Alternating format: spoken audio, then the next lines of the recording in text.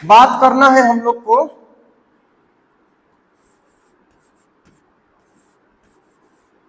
आंग्ल मराठा संघर्ष। इसका मतलब है क्या? अंग्रेजों एवं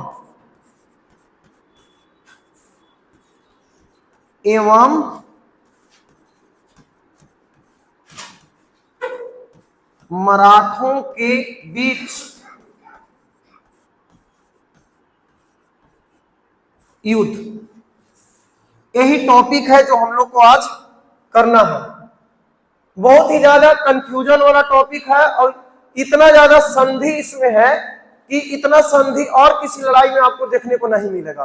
ठीक है, तो बहुत सारा और नाम भी अजीब अजीब, सुरजी गांव की संधि, अर्जुन गांव की संधि, राजपुर घाट की संधि, बड़गांव की संधि, ठीक है, सूरत की संधि, पुरंदर की संधि, बहुत सारा संधि है और सब क्रम से सजाने के लिए पीसीएस लेवल के एग्जाम में आता है। ठीक, तो पहले हम सिचुएशन बना लेते हैं दक्षिण भारत का, जो देख रहे थे हम लोग कि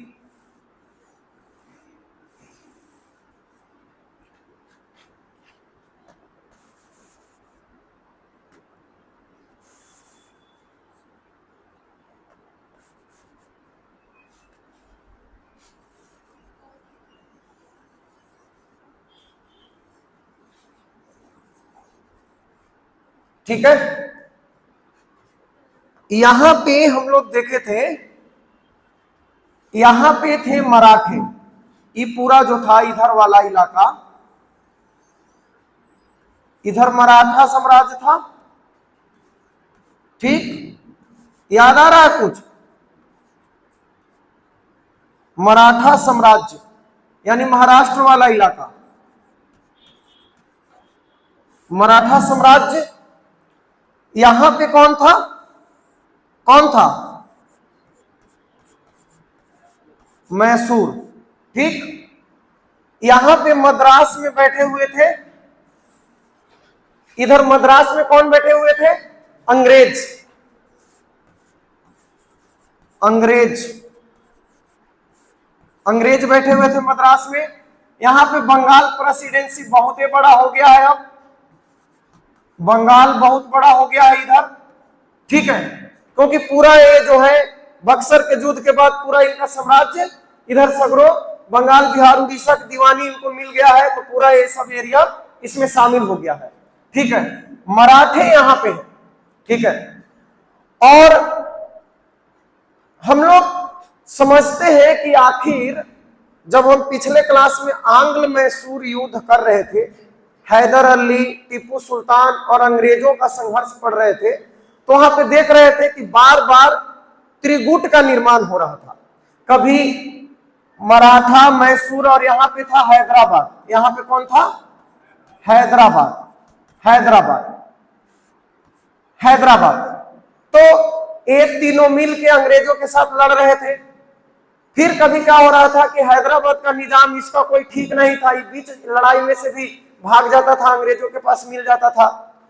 फिर अंत में ये तीनों मिल के, मराठा, हैदराबाद और अंग्रेज तीनों मिल के और ये मैसूर को बर्बाद कर दिया। ठीक है, हैदर अली का युद्ध भूमि में दूसरा आंग्ल मैसूर युद्ध में 1782 ईस्वी में मृत्यु हो गया था और उनका पुत्र बहादुरी के साथ लड़ता है और चतुर्थ आंग्ल मैसूर युद्ध में 1799 में श्रीरंगपट्टनम के किले की रक्षा करते हुए अंततः टीपू सुल्तान भी वीर गति को प्राप्त हो जाते हैं।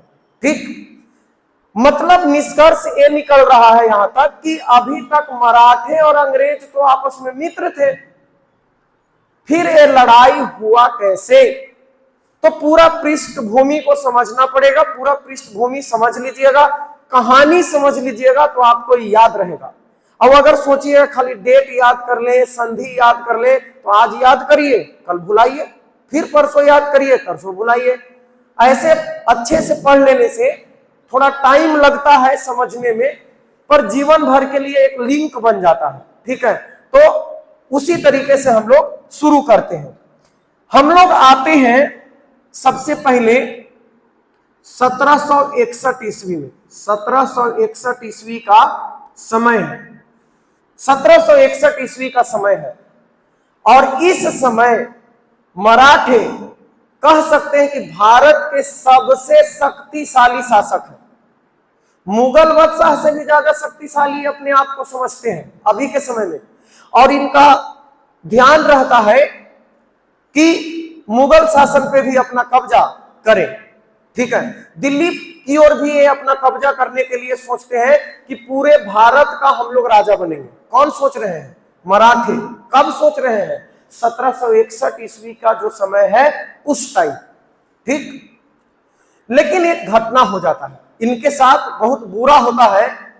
और बुरा यह होता है कि एक विदेशी शासक होता है जिसका नाम होता है अहमद शाह अब्दाली। ठीक है, तो अहमद शाह अब्दाली, अहमद शाह अब्दाली जो कि अफगान शासक था, ठीक है, का आगमन होता है, ठीक है, अहमद शाह अब्दाली का आगमन होता है। और ये लड़ जाते हैं पानीपत के मैदान में। ये अलग कहानी है, जब हम मराठा साम्राज्य आपको पढ़ाएंगे ना तो वहां पे पढ़ाएंगे, पर अभी कनेक्ट करने के लिए कहानी को बताते हैं कि कहानी शुरू कहां से हुआ। तो अहमद शाह अब्दाली जो है मराठों पे आक्रमण कर दिया और 1761 ईस्वी पानीपत का मैदान, पानीपत का मैदान है, और ये पानीपत हरियाणा में है। कहां पे है? हरियाणा में। ठीक, और मराठों के तरफ से है, मराठों के तरफ से पेशवा जो है बालाजी बाजीराव है। पेशवा कौन है? उस समय पेशवा है बालाजी बाजीराव, बालाजी बाजीराव। और इसके जो सेनापति हैं, इसके जो सेनापति हैं, सेनापति बहुत बहादुर, एक सदाशिव राव भाऊ और दूसरा विश्वास राव, दूगो। इनके नेतृत्व में, सदाशिव राव भाऊ और विश्वास राव के नेतृत्व में एक बहुत शक्तिशाली सेना है। किनके पास? मराठों के पास। और पेशवा बालाजी बाजीराव को विश्वास ही नहीं है, मतलब ही कभी सपने में भी नहीं सोच सकता है कि हमको कोई हरा भी सकता है। ठीक है, युद्ध होता है पानीपत के मैदान में, और इतना गंदे तरीके से ही हारते हैं कि कहा जाता है कि महाराष्ट्र का उस टाइम का कोई ऐसा घर नहीं था जिसके घर से कोई ना कोई व्यक्ति मरा नहीं था। इतने लोग मारे गए थे इस युद्ध में, धरती लाल हो गया था पानीपत का, इतना ज्यादा लोग मारा गया था पानीपत का तीसरा युद्ध में। और ये जो सेनापति होते हैं सदाशिव राव भाऊ और विश्वास राव, ये भी मारे जाते हैं युद्ध के मैदान में। खबर पहुंचाने का किसी को हिम्मत नहीं होता है कि हम जाके पेशवा कोई खबर सुनाए कि मराठे युद्ध हार चुके हैं। एक फिर भी आता है सैनिक और खबर सुनाता है, और खबर सुनाता है, और खबर सुनकर इसका मृत्यु हो जाता है, हार्ट अटैक आ जाता है इसको।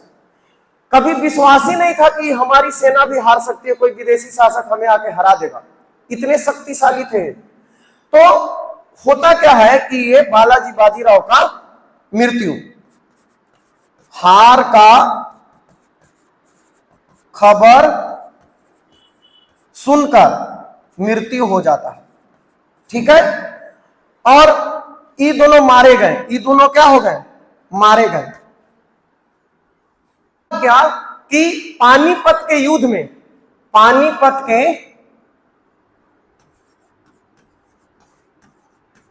पानीपत के युद्ध में क्या होता है, मराठों की शर्मनाक हार हो जाती है। पानीपत का युद्ध कब हुआ था? 1700। पानीपत का तीसरा युद्ध था, ठीक है, ठीक है, पानीपत का तीसरा युद्ध था। पानीपत के युद्ध में 1761 की थर्ड तीसरा युद्ध था, ये पानीपत का तीसरा युद्ध था, ठीक। तो पानीपत के तीसरे युद्ध में मराठों की हार हो जाती है 1761 में। हार पेशवा बालाजी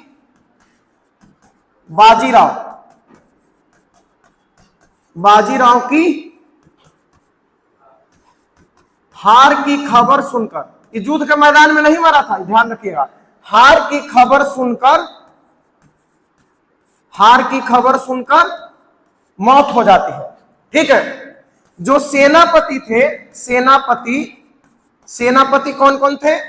एक था सदाशिव राव भाऊ, ठीक, और दूसरा था विश्वास राव। ये दोनों युद्ध में मारे गए, ठीक, ये दोनों युद्ध में मारे गए। तो ये पूरा था 1761 का कहानी। अब इसके बाद क्या होता है कि इसके बाद शासक बनता है माधवराव। कौन बनता है? पेशवा बनता है माधवराव। तो बालाजी की मृत्यु के बाद नया पेशवा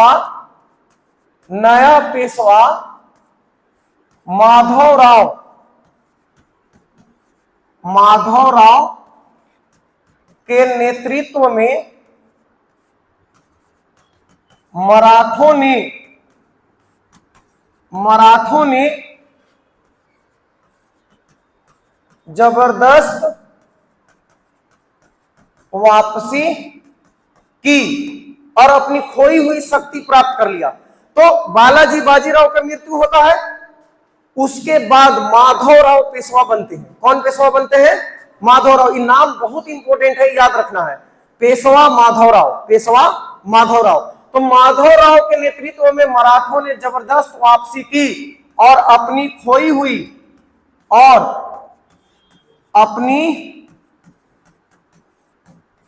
हुई शक्ति पुनः प्राप्त कर ली। अपनी खोई हुई शक्ति पुनः प्राप्त कर ली, ठीक। लेकिन और ये रहता है 1771 ईस्वी तक, यानी लगभग 10 साल तक। तो 1761 से लेकर 1771 ईस्वी तक, यानी 10 साल में मराठों की जो प्रतिष्ठा पानीपत के तीसरे युद्ध के बाद समाप्त हो गया था, खत्म हो गया था, वो सारा प्रतिष्ठा, जमीन, खोई हुई शक्ति वापस ले आया, ठीक। लेकिन क्या होता है कि 1772 ईस्वी में इसको हो जाता है टीबी, क्षय रोग, और क्षय रोग से इसका हो जाता है मृत्यु, ठीक। तो 1772 ईस्वी में क्षय रोग टीबी क्षय रोग से पेशवा माधवराव की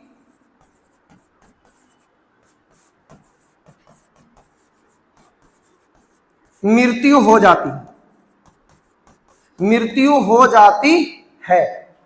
अब जैसे ही राजा का मृत्यु होता है ना, तो राज्य में बहुत सारे लोग जो होते हैं वो दावेदार होते हैं कि हम इसके जगह पे पेशवा बनेंगे। तो यहां भी आंतरिक कलह शुरू हो जाता है, ठीक है। तो जैसी मृत्यु होता है, तो अब यहां देखिए नए पेशवा के लिए आंतरिक कलह शुरू। नए पेशवा के लिए आंतरिक कलह शुरू हो जाता है यहाँ पे, ठीक है। नए पेशवा के लिए आंतरिक कलह, ये लोग आपस में अब लड़ने लगा। कौन कौन लड़ता हुआ आगे हम बताएंगे, लेकिन इससे पहले एक और परिस्थिति पे नजर डालते हैं। चलते हैं आप अमेरिका में। अमेरिका, यहां पे आओ। यहां पे क्या सिचुएशन बन रहा है, अब इसका क्या कनेक्टिविटी बनेगा आंग्ल मराठा युद्ध से। देखिए, अंग्रेज क्या करते थे कि अफ्रीका जो था, अफ्रीका से दास खरीदते थे। दास मतलब व्यक्ति, आदमी को खरीदते थे वो लोग, और मजदूरी करने के लिए अपने यहां ले जाते थे। गुलाम दास प्रथा होता था। तो कुछ पैसा दिए, और अफ्रीका में ऐसे भी बहुत गरीबी था, तो लोग क्या करते थे, कोई बच्चा है, जैसे माँ बाप है, बहुत गरीब है, तो उसको कुछ पैसा दे दिए, 15-16 साल का बच्चा, उसको खरीद के गुलाम बना के लेके चले गए, ठीक है। तो अफ्रीका से दास खरीदते थे, और अमेरिका में बहुत कपास होता था, आज भी होता है। अमेरिका जो था कपास के उत्पादन के लिए प्रसिद्ध था। तो जब अमेरिका का खोज हुआ था, कोलंबस खोज किया था अमेरिका का, ते ही यूरोप वाले लोग जाके वहां पे बस गए थे, और वहां पे बिजनेस वगैरह बढ़ा लिया था, और 13 गो उपनिवेश का निर्माण किया था। यदि आप 9th क्लास में पढ़े हो अच्छे से तो मैसाचुसेट, न्यू हैम्पशायर, ठीक है, न्यूयॉर्क, न्यू जर्सी, ये सब में ब्रिटेन जो था अपना उपनिवेश बनाया था अमेरिका के 13 राज्यों में। तो वहां पे लोग क्या करता था कि वहां सस्ते में कपास मिल जाता था। अमेरिका भी इनका गुलाम था, भारत भी इनका गुलाम था। तो अमेरिका में इनको कपास मिल जाता था, और अफ्रीका से सस्ते दामों पर एक दास खरीद के ले जाते थे। कहां? अमेरिका में। और अमेरिका में कपास के वस्त्र बनाते थे, और फिर उसको दुनिया के बाजार में उस वस्त्र को बेचते थे।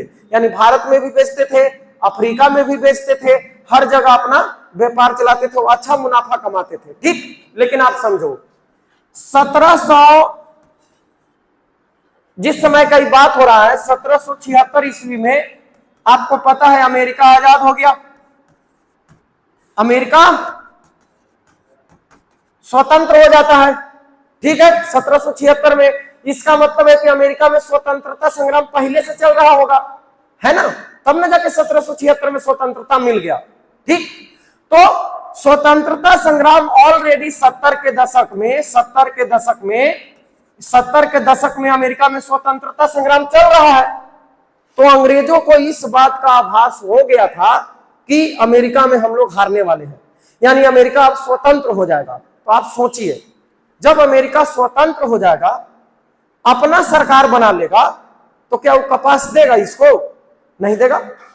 जब कपास नहीं देगा, तो ये जो दुनिया भर में कपड़ों का व्यापार करके खूब पैसा कमा रहे हैं, कमाएंगे? नहीं कमाएंगे।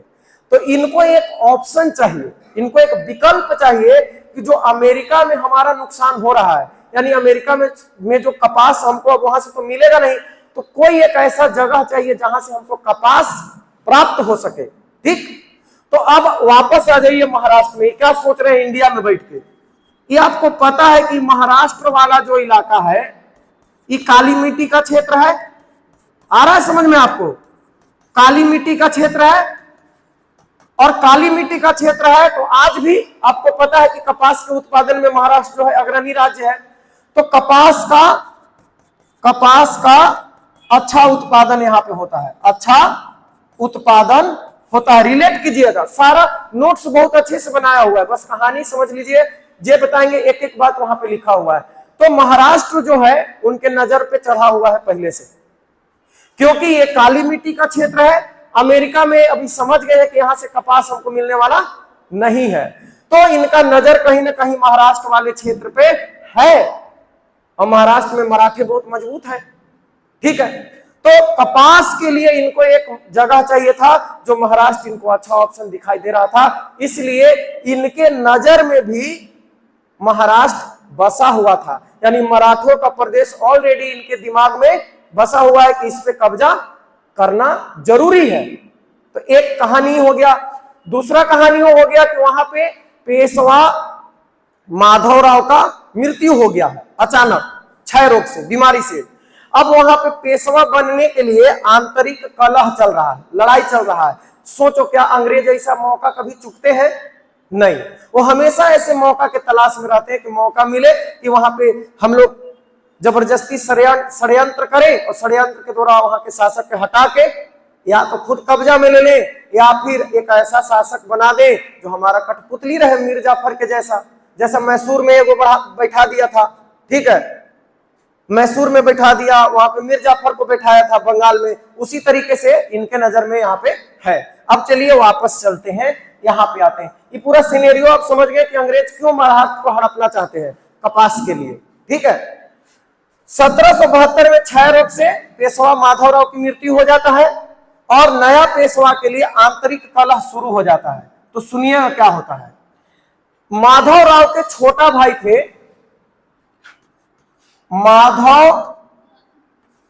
माधवराव के छोटे भाई माधवराव के छोटे भाई नारायण राव, क्या नाम था? ये सब कहानी सुनने से ही याद रहेगा, पढ़ के तो आप इसको याद नहीं कर सकते इतना सारा नाम, ठीक है। तो माधवराव का छोटा भाई था क्या? नारायण राव को नया पेशवा बनाया गया, ठीक। कौन बनाया?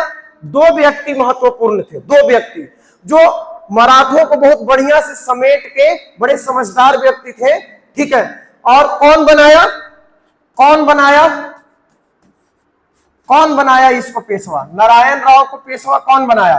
दो लोग, एक महादजी सिंधिया, क्या नाम था? महादजी सिंधिया, और दूसरा नाना फडणवीस। महादजी सिंधिया और नाना फडणवीस, ये दोनों मिलके, इनको ना मराठों का मैकियावेली भी कहा जाता है, मराठों का मैकियावेली। जब मराठा साम्राज्य पढ़ेंगे ना तो एक बार और ये सब नाम जो है ना आएगा, दोबारा आएगा। तो महादजी सिंधिया और नाना फडणवीस जो है, ये दोनों मिलके और किसको पेशवा बना देते? माधवराव के छोटे भाई नारायण राव का, ठीक। लेकिन पेशवा के गद्दी पर किसी और का नजर था और वो था इसका चाचा, माधवराव का चाचा, ठीक है। माधवराव का चाचा, माधवराव का चाचा, इसका नाम था रघुनाथ राव। इसके वजह से सब कांड होता है, रघुनाथ राव। क्या हुआ? तो माधवराव का चाचा कौन था? रघुनाथ राव। इसको राघोबा के नाम से जानते हैं, राघोबा। किस नाम से प्रसिद्ध है ये? राघोबा के नाम से प्रसिद्ध है, ये नाम फेमस है, राघोबा। तो रघुनाथ राव या राघोबा पेशवा बनना चाहता था, पेशवा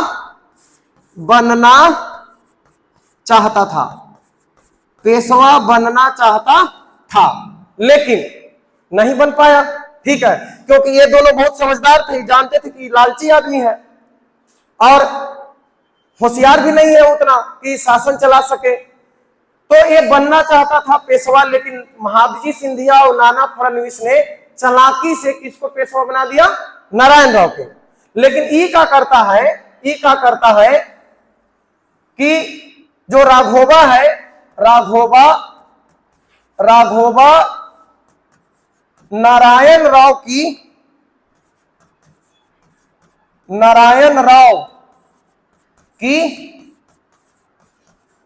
हत्या कर देता है, क्या कर देता है? हत्या कर देता है। तो मार दिया, ये राघोबा जो है ना नारायण राव को मार दिया, क्योंकि ये खुद पेशवा बनना चाहता था। लेकिन फिर पिक्चर में कौन आ जाएंगे? एक महादजी सिंधिया और नाना फडणवीस, ठीक है। और ये क्या करते हैं कि इसका नारायण राव का एक नवजात बेटा रहता है, ठीक है, तो उसको पेशवा बना देता है। माधवराव, सवाई माधवराव, उसका नाम क्या रहता है? सवाई माधवराव। तो राघोबा नारायण राव की हत्या कर देता है। नारायण राव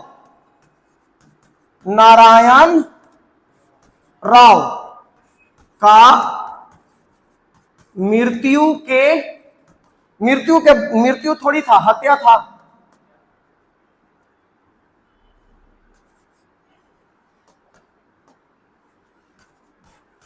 हत्या के बाद वही महादजी सिंधिया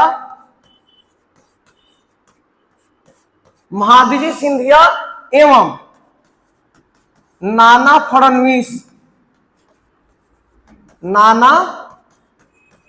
फड़नवीस ने नारायण राव के नवजात पुत्र, नारायण राव के नवजात पुत्र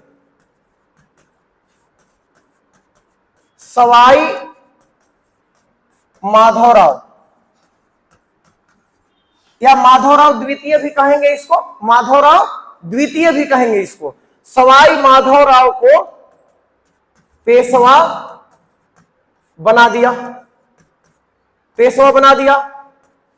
यानी रघुनाथ राव का यहां भी दाल नहीं गला, ठीक है। तो माधवराव को पेशवा बना दिया। अब ई नन्हे गो है, यानी तुरंत जन्मे लिया है, अब वो राजा बन गया, तो राज का चला लेगा जी, क्या आओ कर ही रहेगा, ठीक है, अभी तो आओ कर ही रहेगा ना, तो राज्य का कौन चलाएगा? तो ये दोनों क्या करते हैं, 12 सदस्यों का, ध्यान देना इस सवाल पूछा जाता है, 12 सदस्यों का एक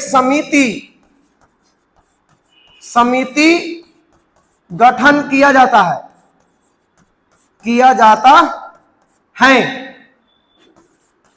जिसे बार भाई कहा जाता है। बार भाई कहा जाता है। इसी के देख रेख में मराठा प्रशासन संचालित होता है।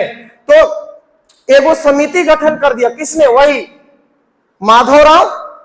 महादजी सिंधिया और नाना फड़नवीस ने, ये दोनों मिलकर एक समिति बना देते हैं जिसका नाम है बार भाई। उसमें 12 सदस्य रहते हैं। अब यही 12 सदस्य जो है मराठा प्रशासन को देख रेख करता है, चलाता है। लेकिन रघुनाथ राव तो अभी भी जिंदा है, ठीक है ना, राघोबा अभी भी जिंदा है। लेकिन उससे पहले एक बार थोड़ा सा याद कर लेते हैं कि कौन कौन नाम यहाँ पे आया। तो चलिए देखिए कौन कौन नाम आया। सबसे पहले माधवराव। कौन? माधवराव, ठीक।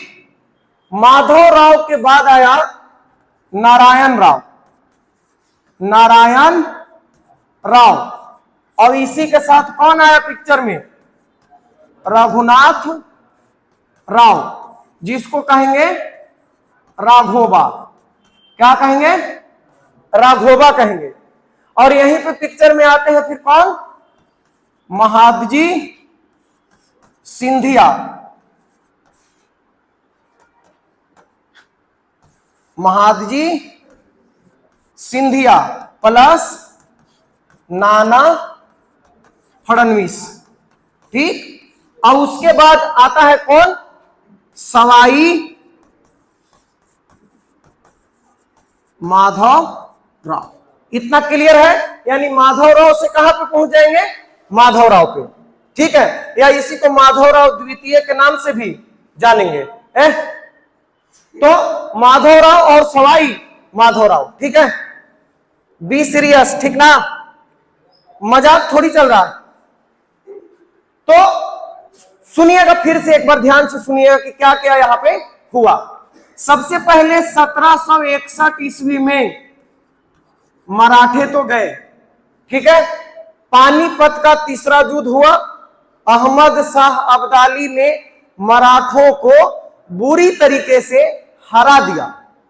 तो इस युद्ध के बाद मराठों का दिल्ली पर कब्जा करने का जो सपना था वो सपना टूट गया।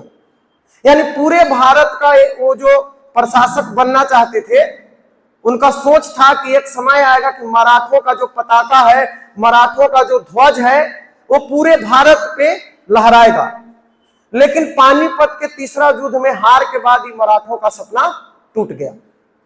लेकिन एक योग्य शासक मिल गया तुरंत। युद्ध के बाद मराठों को एक बहुत ही कुशल, योग्य, बुद्धिमान और शक्तिशाली पेशवा मिल गया। और उस पेशवा का नाम था क्या? माधवराव। क्या नाम था? माधवराव। इस माधवराव के नेतृत्व में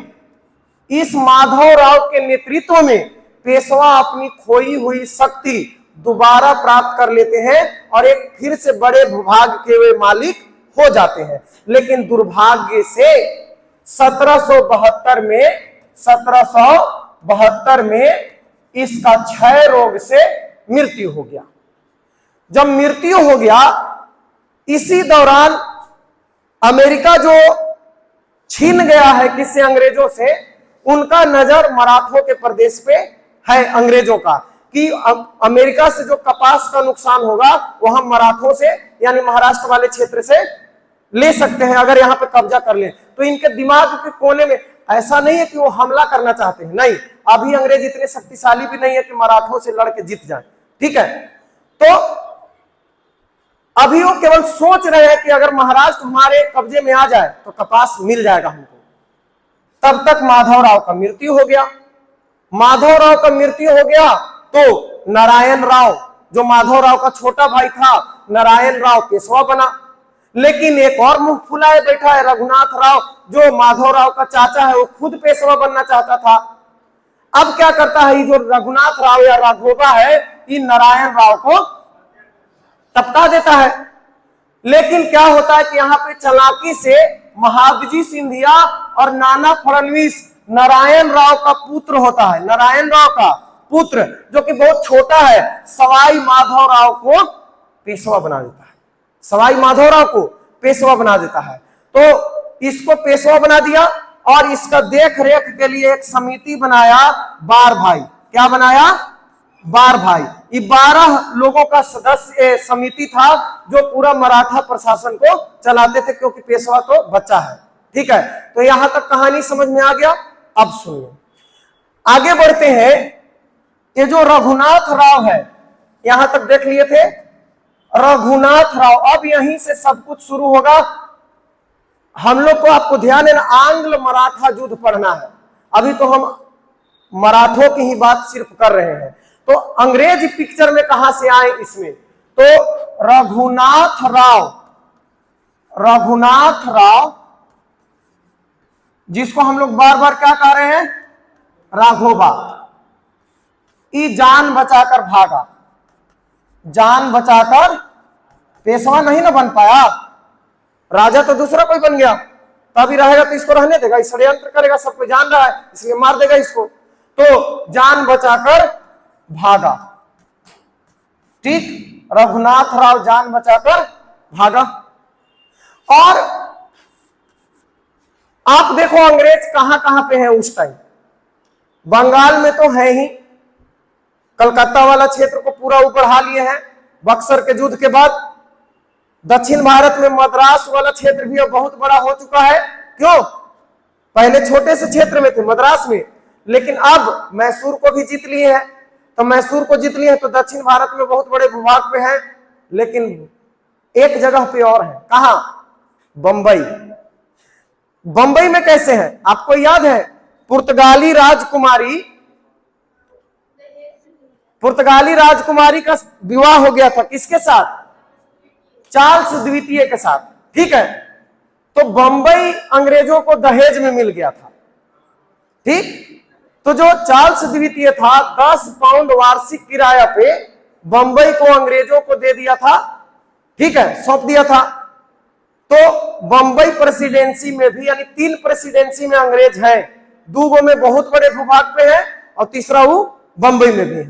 ठीक, तो रघुनाथ राव जान बचाकर भागा, बंबई गया, बंबई प्रेसिडेंसी में, बंबई प्रेसिडेंसी में अंग्रेजों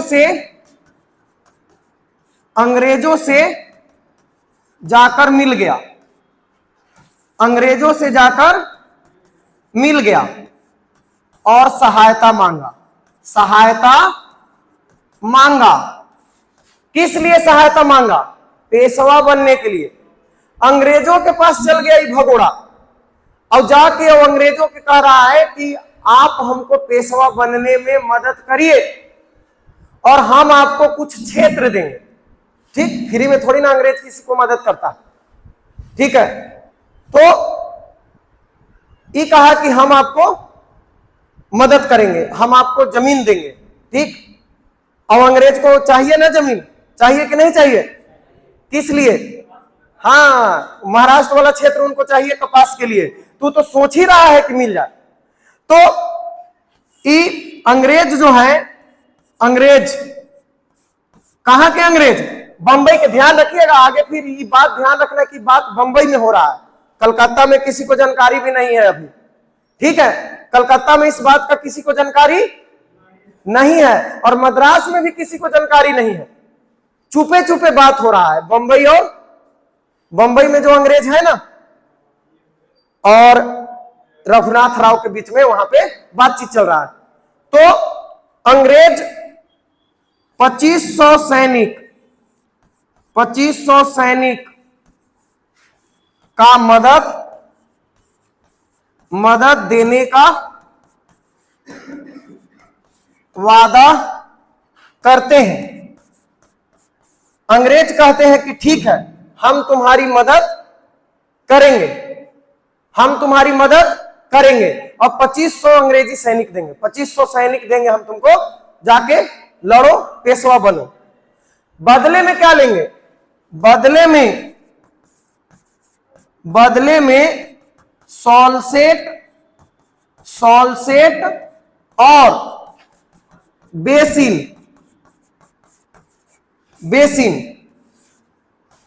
ये जो दो द्वीप थे, सॉल्सेट और बेसिन का मांग किया। ठीक, कहा कि हम 2500 सैनिक का सहायता दे रहे हैं तुमको, पेशवा बनो, तुम लड़ाई लड़ो जाके वहां पे, लेकिन हमको युद्ध जीतने के बाद सॉल्सेट और बेसिन जो क्षेत्र है ये देना पड़ेगा। मान जाता है, रघुनाथ राव मान जाता है। ठीक है, और इसको कहते हैं ये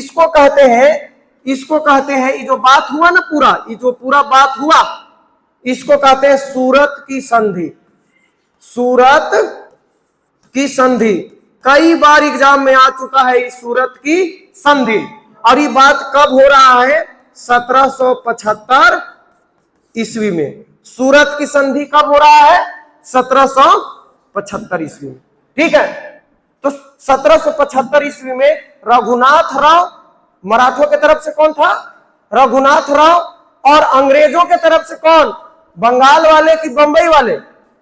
बंबई वाले। तो बंबई वाले अंग्रेज और रघुनाथ राव के बीच में एक संधि होता है जिसको बोलते हैं सूरत की संधि। और ये सेना लेके वहां से चल देता है, झगड़ा हो जाता है शुरू, लड़ाई शुरू हो गया। तो यहां पे एक बात और समझो,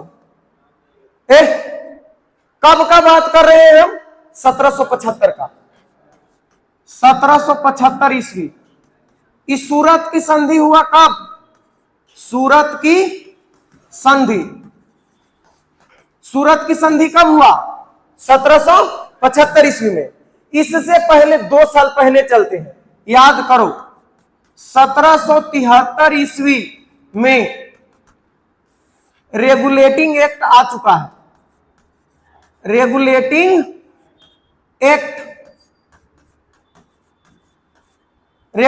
एक्ट आ गया है।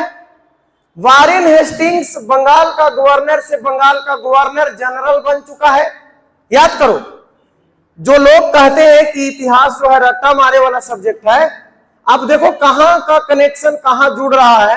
पूरी तरीके से हर एक, चाहे सब्जेक्ट कोई भी हो, उसका कॉन्सेप्ट उतना ही तगड़ा होता है और कोई भी सब्जेक्ट अपने आप में उतना ही इंपॉर्टेंट होता है। जितना मैथ का कॉन्सेप्ट होता है ना, उतना ही हिंदी व्याकरण का भी कॉन्सेप्ट होता है और उतना ही इतिहास का भी कॉन्सेप्ट होता है। ठीक है, तो आपको हर एक चीज का अच्छे से जानकारी रहेगा तो आप चीजों को रिलेट कर पाओगे कि आखिर कैसे क्या हो रहा है। तो आप समझो 1773 में रेगुलेटिंग एक्ट आ चुका है। वारेन हेस्टिंग्स जो है, वारेन हेस्टिंग्स ये बंगाल का गवर्नर नहीं, गवर्नर जनरल बन गया है। बंगाल का गवर्नर जनरल बन गया है। अब इस गवर्नर जनरल को अधिकार है,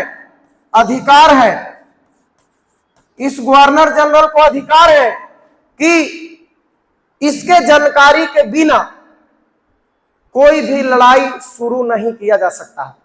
ठीक है, तो इसको दोनों पे नियंत्रण है, बंबई पर भी इसका नियंत्रण है और मद्रास को भी इसके अधीन कर दिया गया है। आपको याद होगा तीनों जगह के गवर्नर को खत्म करके बंगाल के गवर्नर, मद्रास के गवर्नर और बंबई के गवर्नर, तीनों के पद खत्म कर दिया गया। उसके जगह पे बनाया गया बंगाल का गवर्नर जनरल और बंबई प्रेसिडेंसी और मद्रास प्रेसिडेंसी को गवर्नर जनरल के अधीन कर दिया गया। ठीक है, क्योंकि ये लोग, अब इनको कहा गया, इस एक्ट का बात है, इसको भी पढ़ेंगे आगे जब पॉलिटी में पढ़ेंगे। तो इस एक्ट में कहा गया कि बंबई के गवर्नर और मद्रास के गवर्नर खुद से निर्णय लेके किसी भी लड़ाई में भाग नहीं ले सकते। अब देखो लफड़ा हो जाएगा कि नहीं हो जाएगा। क्या ये जो 1775 में सूरत की संधि हुआ है, वारेन हेस्टिंग्स को जानकारी है इसका? नहीं है। तो वारेन हेस्टिंग्स को जानकारी नहीं है और मद्रास चुपे चुपे, बंबई जो है चुपे चुपे रघुनाथ राव के साथ संधि कर रहा है।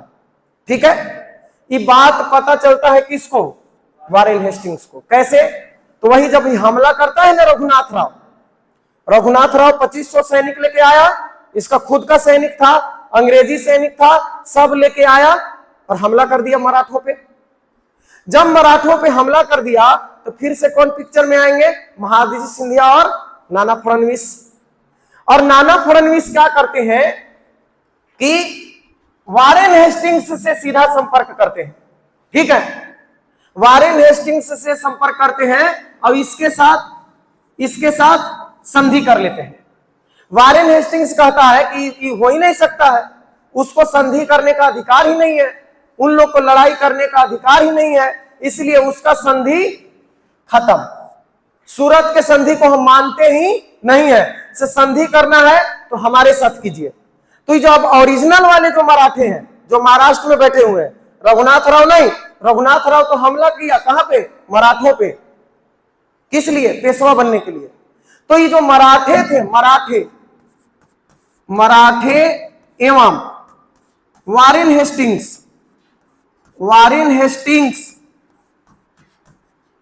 हेस्टिंग्स के बीच एक संधि हो जाता है, पुरंदर की संधि।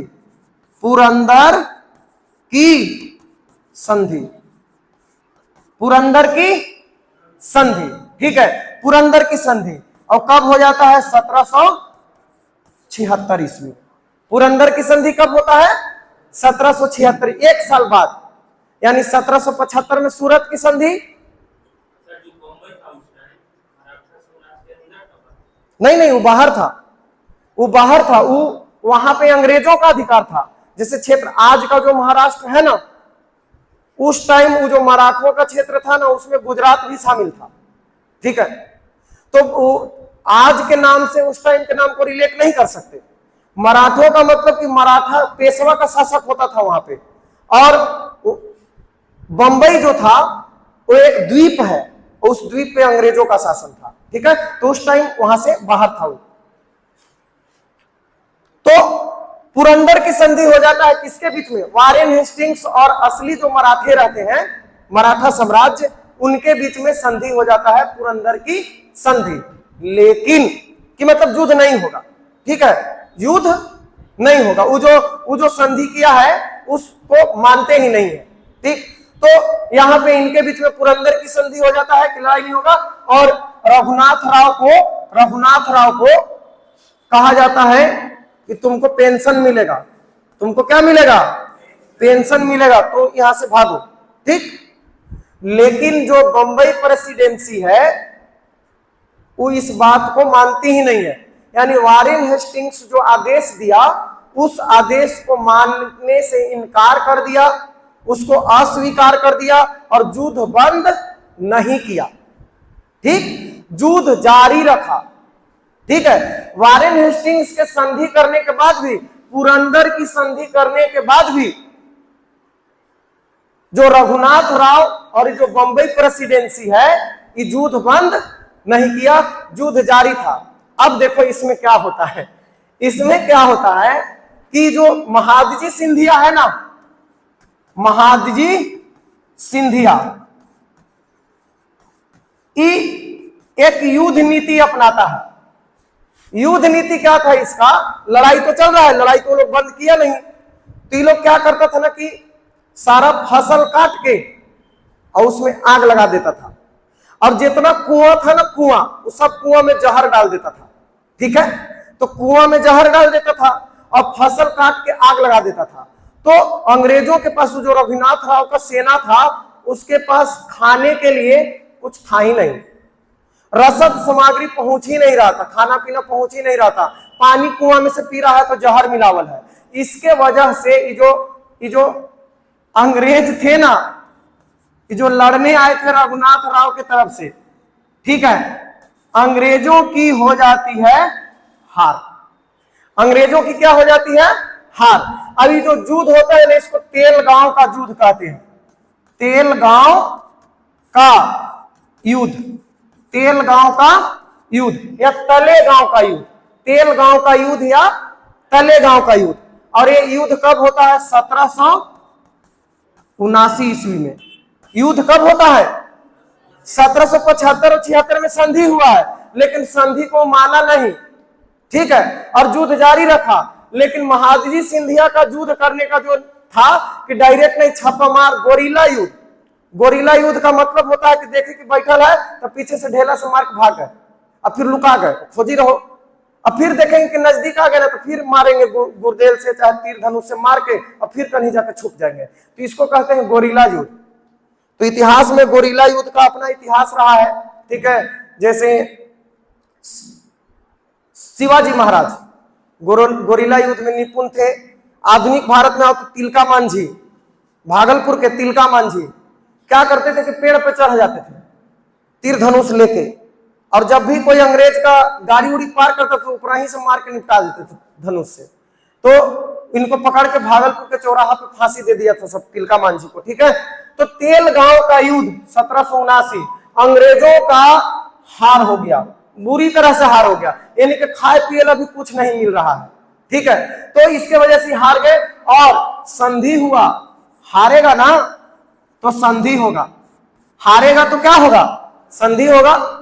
संधि हुआ बड़गांव की संधि, बड़गांव की संधि। कौन सा संधि हुआ? बड़गांव की संधि 1779 में। 1779 ईस्वी में युद्ध हारा और 1779 ईस्वी में ही संधि हो गया। ध्यान रखिएगा, तेलगांव का युद्ध, बड़गांव की संधि, तेलगांव का युद्ध, बड़गांव की संधि। हारा कौन है? अंग्रेज और रघुनाथ राव। जीता कौन है? मराठे जीत गए हैं। तो संधि की शर्त कौन तय करेगा? जो जीता है वही करेगा। तो मराठे संधि की शर्त तय करेंगे। तो जितना भूभाग ये लोग जीता था, ठीक है, और 1775 के 1776 के पुरंदर के संधि के तहत जितना क्षेत्र अंग्रेजों को मिला था वो सारा के सारा भूभाग मराठे अपना वापस छीन लिए, क्योंकि जो युद्ध जीतता है वो अपना वर्चस्व दिखाता ही है। तो मराठे जो है उस सब के सब अपना जितना क्षेत्र हारल था अंग्रेजों को, सब क्षेत्र अपना वापस ले लिया। अभी बात पता चल गया किसको? वॉरेन हेस्टिंग्स को। फिर उसको पता चल गया अबू कारक ना अभी हम संधि मानवे नहीं करेंगे, अब वो अलगे रूस गया कि उसको अधिकार नहीं है संधि करे के। तो फिर आता है और सेना लेके वो हमला करता है ग्वालियर पर, ग्वालियर की तरफ से हमला करता है, ठीक है। तो लड़ाई होता है पुणे पर और ग्वालियर पर, दो तरफ से दो तरफा हमला करता है। एक जगह तो अंग्रेज हार जाते हैं लेकिन दूसरी जगह जीत जाते हैं। तो उसके बाद एक और संधि होता है। अब किसके बीच में होगा? अब होगा मराठे और वहां बंगाल के जो अंग्रेज हैं ना वॉरेन हेस्टिंग्स, उनके बीच में। अब इस संधि का नाम है सलबाई की संधि, और ये बहुत महत्वपूर्ण संधि है, सलबाई की संधि। सलबाई की संधि 1782 ईस्वी में, सलबाई की संधि 1782 ईस्वी में होता है सलबाई की संधि। और यहां से एक और कनेक्शन बनेगा, ध्यान से सुनिएगा।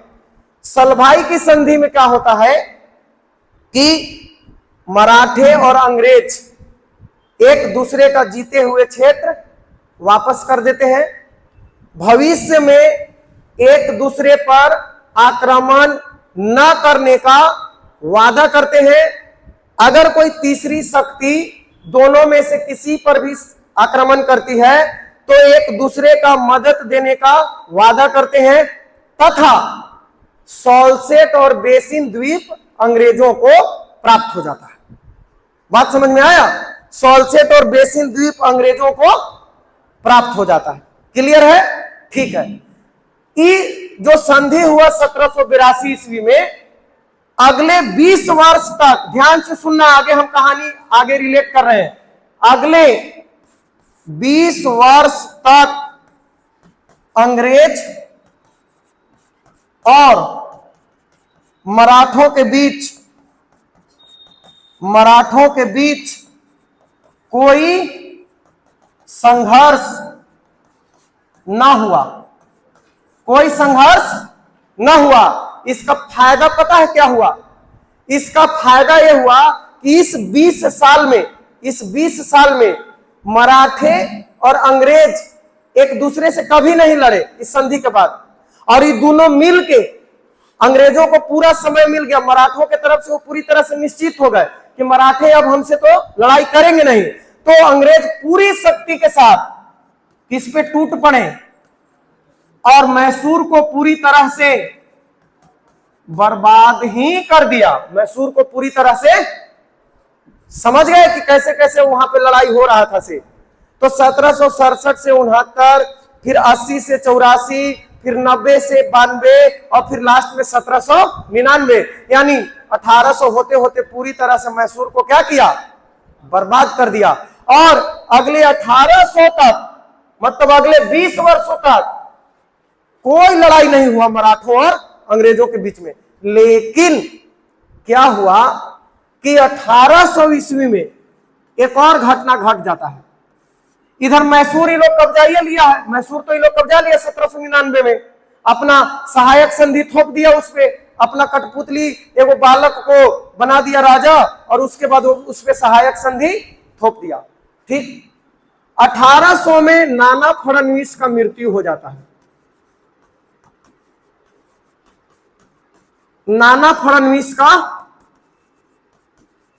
मृत्यु हो जाता है। दो मृत्यु से बहुत नुकसान हुआ मराठों को। पहला मृत्यु माधवराव का क्षय रोग से जो मृत्यु हो गया, तो एक इतिहासकार था ग्रांट डफ, नाम याद रखना, जितना याद रख सको ठीक है।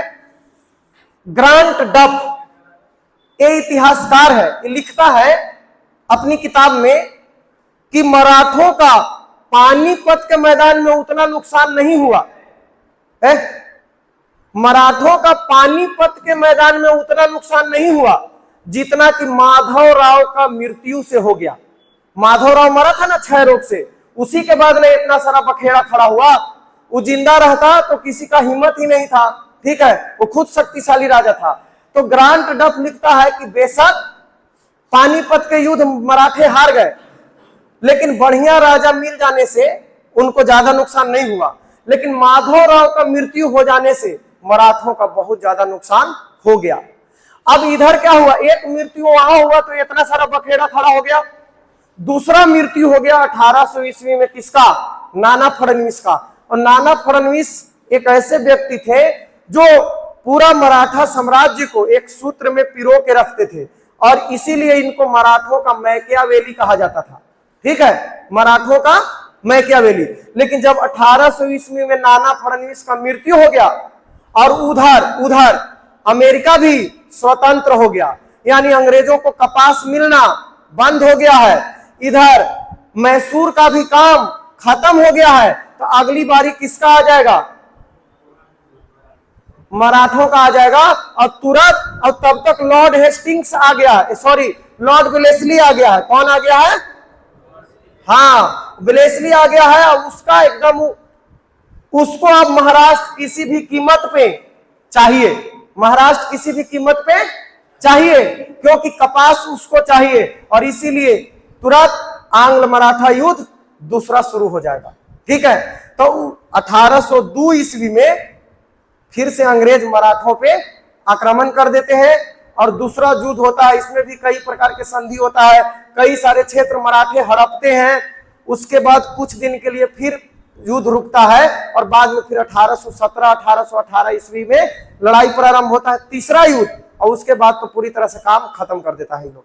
तो देख रहे हो कि कैसे कैसे पहले बंगाल को मारा, ठीक, बंगाल कब्जा लिया, वहां से जो पैसा कौड़ी कमाया, धन संपत्ति, उससे दक्षिण को जीत लिया, मराठों को साइड में लगा के मैसूर को पूरा बर्बाद कर दिया।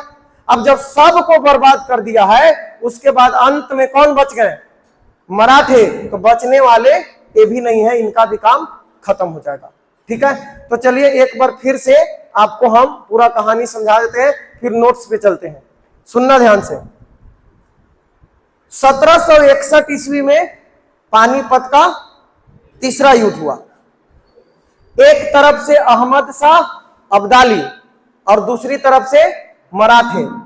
मराठों में उस समय पेशवा कौन है, बालाजी बाजीराव, ठीक, और पेशवा के सेनापति कौन है, सदाशिवराव भाऊ और विश्वासराव। युद्ध में दोनों की मृत्यु हो, मतलब मारे जाते हैं, मराठों की हार हो जाती है। खबर सुनकर पेशवा हार्ट अटैक से मर जाता है, मतलब इस सदमा बर्दाश्त नहीं कर पाया, मर गया। उसकी मृत्यु के बाद माधवराव पेशवा बनता है। माधवराव एक बहुत ही योग्य शासक था और 10 साल के शासन में 1761 से लेकर 1771 तक मराठों की प्रतिष्ठा को पुनः स्थापित कर देता है। लेकिन दुर्भाग्य से 1772 में उसकी भी क्षय रोग से मृत्यु हो जाती है। माधवराव के मृत्यु के बाद उसका छोटा भाई नारायण राव पेशवा बनता है। तो नारायण राव जब पेशवा बनता है तो उसका जो चाचा रहता है रघुनाथ राव या रघोबा, वो खुद पेशवा बनना चाहता है, इसलिए नारायण राव की हत्या कर देता है। तो चालाकी से नाना फडणवीस और महादजी सिंधिया नारायण राव के एक नवजात बेटे को पेशवा घोषित करके एक समिति बनाता है 12 सदस्यों का, बार भाई। वही बार भाई जो है शासन प्रशासन चलाती है। लेकिन रघुनाथ राव जो है उसको पेशवा बनने का इतना लालच था कि वो बंबई प्रेसिडेंसी में जाके अंग्रेजों से संधि कर लेता है, अंग्रेजों से मदद मांगता है। अंग्रेज 2500 सैनिक का मदद देते हैं, बदले में रघुनाथ राव सॉल्सेट और बेसिन ये 2 क्षेत्र अंग्रेजों को देने का वादा करता है। ये संधि जो हुआ 1775 में हुआ, इसका नाम है सूरत की संधि। लेकिन 1773 के रेगुलेटिंग एक्ट के अनुसार बंगाल का गवर्नर जनरल को ही संधि करने का अधिकार था और उस टाइम गवर्नर जनरल थे वारेन हेस्टिंग्स। वो कहते हैं कि इस संधि को हम नहीं मानते। तो मराठों और मेन जो मराठा शासन है और माने नाना फडणवीस और बंगाल के गवर्नर जनरल के बीच में एक संधि होता है जिसको कहते हैं पुरंदर की संधि 1776 में, और लड़ाई बंद करने का आदेश दिया जाता है वारेन हेस्टिंग्स के द्वारा। लेकिन बंबई प्रेसिडेंसी इस आदेश को नहीं मानती है और लड़ाई जारी रखती है। तो 1779 ईस्वी में लड़ाई हार जाते हैं अंग्रेज। और वो लड़ाई कौन था? तेलगांव का युद्ध। युद्ध कैसे हारा? तो महादजी सिंधिया जो थे गुरिल्ला युद्ध में निपुण थे, पानी में जहर मिला देते थे कुआं में, और फसल को आग लगा देते थे। खाने पीने के लिए कुछ नहीं मिला, रसद सामग्री नहीं पहुंचा, इसीलिए अंग्रेज युद्ध हार गए। तो युद्ध हार गए तो 1779 में ही संधि हुआ, बड़गांव की संधि। किसके किसके बीच? बंबई प्रेसिडेंसी और मराठों के बीच में संधि हुआ। बहुत ही बेइज्जती किया गया अंग्रेजों का यहाँ पे, और जितना भी क्षेत्र मराठों से वो लोग लिया था सारा क्षेत्र मराठे वापस ले लिए। बात पता चला वारेन हेस्टिंग्स को, कहा कि हम ही मन में नहीं करेंगे, संधि करने का उसको अधिकार नहीं है। ठीक है, तो क्या करता है कि दोबारा संधि होता है। कब? 1776 ईस्वी में, 1782 ईस्वी में। कौन सी संधि? सलबाई की संधि। और सलबाई की संधि में क्या होता है कि युद्ध रोका जाता है। उसके बाद सॉल्सेट और बेसिन द्वीप अंग्रेजों को दिया जाता है। दोनों अब आगे से लड़ाई नहीं लड़ने का वादा करते हैं और एक दूसरे को मदद करने का वादा करते हैं। 20 साल तक इन दोनों के बीच में कोई लड़ाई नहीं होता है। इस समय का उपयोग अंग्रेज मैसूर को कुचलने में करते हैं और उसमें सफल भी हो जाते हैं। लेकिन 1800 में नाना फडणवीस का मृत्यु हो जाता है और अंग्रेज अब मराठों को भी नहीं छोड़ेंगे। तो ये पूरा कहानी था। चलते हैं एक बार नोट्स पे। उम्मीद करते हैं कि बात आपको समझ में आया होगा, पूरा कहानी। और डेट ज्यादा नहीं है, 1761, 1775, 1776, 1779 और 1782। अभी तक तो इतना ही है। आगे देखेंगे, आगे अब दूसरा युद्ध होगा तो उसमें 1803 में 2 गो संधि होता है और 1805 में 1 गो संधि होता है। ठीक है, तो उसको देखेंगे आगे।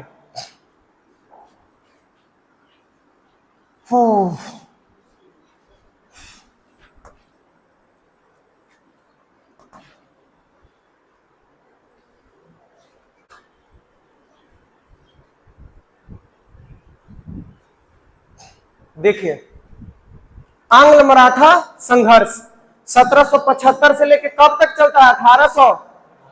बताया था ना, तीसरा वाला युद्ध 1818 में होता है। उसके बाद पूरी तरह से इनको निपटा देता है अंग्रेज। पानीपत के तीसरा युद्ध में अहमद शाह अब्दाली से हारने के बाद मराठा शक्ति बिखर गई थी। एक बार खाली और ध्यान से सुन लीजिए, ठीक है? फिर आपको घरे जाके नोट्स बना लेना है, सब याद हो जाएगा। लेकिन पेशवा माधवराव, जो जिसका कार्यकाल 1761 से लेकर 1700 की असाधारण योग्यता ने मराठों को पुनः जीवित कर दिया। उन्होंने उत्तर और दक्षिण भारत में मराठा वर्चस्व दोबारा स्थापित कर लिया। संघर्ष का कारण क्या बना? माधवराव का मृत्यु हो गया अचानक से 1772 में। ठीक है, तो क्षय रोग टीबी से मृत्यु हो गया। मराठा साम्राज्य को गहरे राजनीतिक संकट में डाल दिया। इतिहासकार ग्रांट डफ के अनुसार पानीपत का मैदान मराठों के लिए उतना घातक नहीं था जितनी इस योग्य पेशवा की असमय मृत्यु थी। ठीक है, आंतरिक उत्तराधिकार का विवाद वही रघुनाथ राव आएगा। माधवराव की मृत्यु के बाद उनके छोटे भाई नारायण राव को पेशवा बना दिया गया। लेकिन माधवराव का चाचा रघुनाथ राव, जिसको राघोबा के नाम से जानते हैं, खुद पेशवा बनना चाहते थे। राघोबा ने नारायण राव की हत्या करवा दी, टपका दिया इसको। अब क्या होता है? बार भाई परिषद का गठन कब होता है? तो नाना फडणवीस और महादजी सिंधिया, ठीक है, जैसे 12 प्रमुख मराठा सरदारों ने मिलकर बार भाई परिषद बनाई। उन्होंने नारायण के नवजात पुत्र सवाई माधवराव को वैध पेशवा घोषित किया। राघोबा अपनी जान बचाकर अंग्रेजों से मिल गया। और कौन सा अंग्रेज? बंगाल वाले, मद्रास वाले कि बंबई वाले? ध्यान रखना, बंबई वाले। ठीक है, अब इस बात कभी भी दोबारा पढ़ोगे ना, कभी भी, तो कोई भी टीचर से पढ़ोगे, इतना आपको डिटेल में बताया गया है ना कि सब बात दनादन आपको याद आते जाएगा और लिंक होते जाएगा कहानी। क्योंकि हम इसको वैसे नहीं पढ़ाए हैं जैसे लोग पढ़ाते हैं इतिहास, कि ये डेट एग्जाम के लिए इंपॉर्टेंट है, ये वाला है, इसको याद रख लीजिए, यहां से सवाल बनता है। वैसे नहीं पढ़ाए हैं, आपको पूरा पृष्ठभूमि समझा दिए हैं। तो अब कुछ भी सवाल बनेगा अपने से आप लिंक करके बना सकते हो। ब्रिटिश साम्राज्यवाद की महत्वाकांक्षा, देखो अब अंग्रेज क्यों इंटरेस्ट लेंगे इसमें, तो आपको याद आ जाएगा कि कपास के लिए इंटरेस्ट लेंगे। महाराष्ट्र में काली मिट्टी का क्षेत्र है, कपास होगा।